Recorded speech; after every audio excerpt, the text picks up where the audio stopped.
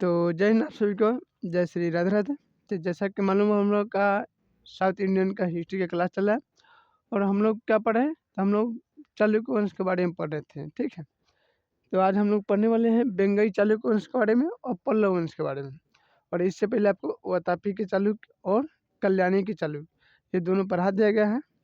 अब हम लोग पढ़ने वाले बेंगई के चालुक्य। तो चलिए आप सभी को बता देना चाहता हूँ कि आप किसी भी कंपटीशन की तैयारी कर रहे हैं तो आप हमारे डीजे से एजुकेशन द्वारा जुड़ के फ्री आपको जीके जीएस वर्ल्ड में भी क्लास आप ले सकते हैं। ठीक है, और अभी यूट्यूब पर पूरा फ्री आपको चल रहा है। ठीक है, तो चलिए हम क्लास को बाबू स्टार्ट करते हैं।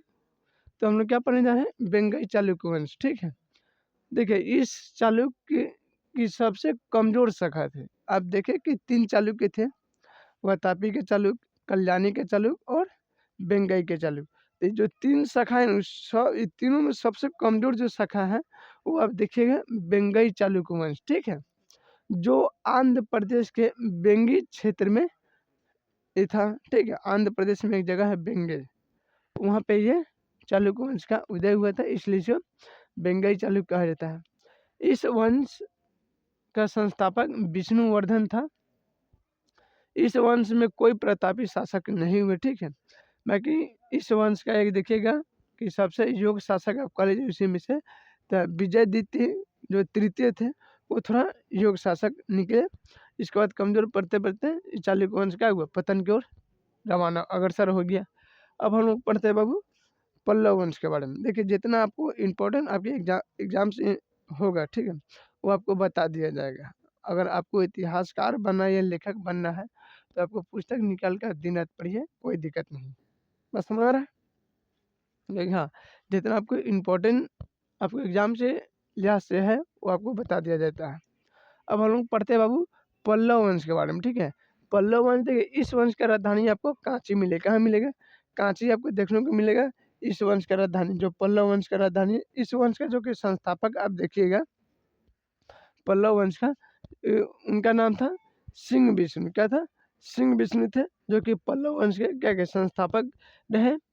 और देखिए सिंह विष्णु के दरबार में यहाँ देखिएगा तो एक कवि रहते जिनका नाम था भाभी। ठीक है, भाभी उनका नाम था, हाँ भ्रा हाँ भ्राभी लिख दीजिएगा, हाँ भ्राभी। ठीक है, नामक जो कि विद्वान रहते थे जिन्होंने किरातुल किरातुल जु जुकियम जुकियम नामक पुस्तक उन्होंने लिखा है।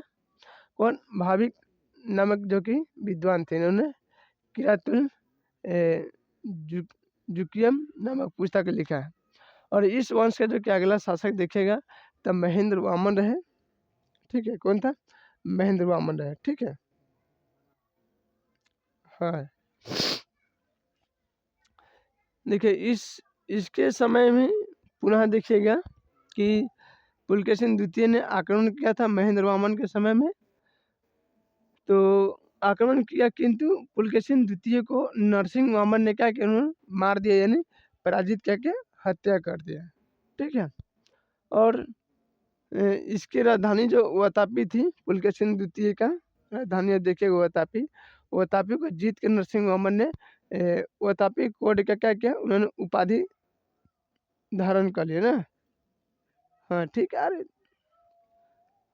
हाँ बबनी, तो पुलकेशिन द्वितीय भी जीते थे जब इनके पिताजी थे शायद, तो उनको जब जीते उन्होंने।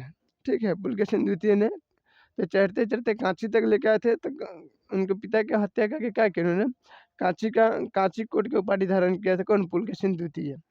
तो नरसिंह वर्मन भी क्या किया, उनको चहेट के मारा पुलकेशिन द्वितीय को, और आके वो तापी जीत लिया, और वो तापी कोट के उन्होंने उपाधि वो भी धारण कर लिया।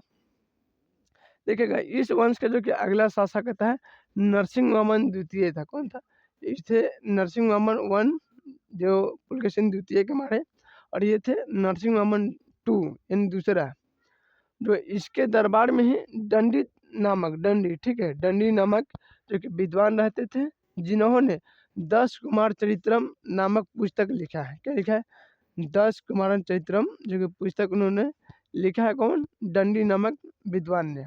इस वंश का जो कि देखिएगा अंतिम शासक होता अपराजित। क्या था, उनका नाम था अपराजित। अपराजित का मतलब समझते हैं, जो किसी से पराजित न हो, जिसे अपराजित, बात समझ रहे हैं ना, जो कोई आदमी की उनको पराजित नहीं कर सकते। जैसे महादेव जी लोग क्या है, अपराजित अविनाशी है ना, उनका आदि अनादि कहा जाता है। तो सब चीज़ में क्या है कि आगे लग रहा है ना। तो इस वंश का देखिएगा कि अंतिम शासक आता है जिनका नाम था अपराजित, जिसने चोल शासक आदित्य वन को पराजित कर दिया। ठीक है, चोल शासक थे आदित्य वन, उनको पराजित करके और पल्लव के स्थान पर चोल वंश की उन्होंने स्थापना कर दी। और 8वीं सदी के इस पल्लव वंश में शौध धर्म के अधिक प्रचलित थे। उस समय देखिएगा 8वीं सदी में तो सबसे ज़्यादा अगर कोई धर्म प्रचलित था तो वो था शौध धर्म, यानी जो शिव के उपासक थे वो। ठीक है, भगवान भोलेनाथ का। तो सबसे ज़्यादा उस समय शौध धर्म का क्या था, प्रचलित थी, पूरा विस्तार था।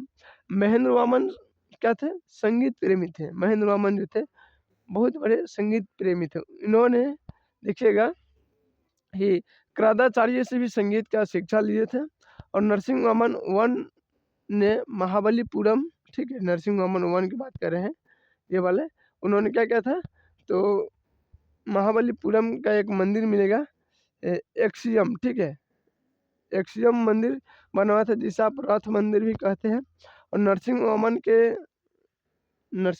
वन के समय ही क्या था, दरबार में आप देखिएगा हिनसंग आया था, जो कि चीनी क्या था, एक बौद्ध यात्री थे ना। हिनसंग, हिनसंग को क्या यात्रियों के राजकुमार भी कहा जाता है। उन्होंने नालंदा विश्वविद्यालय में पढ़ा भी और पढ़ाया भी ना।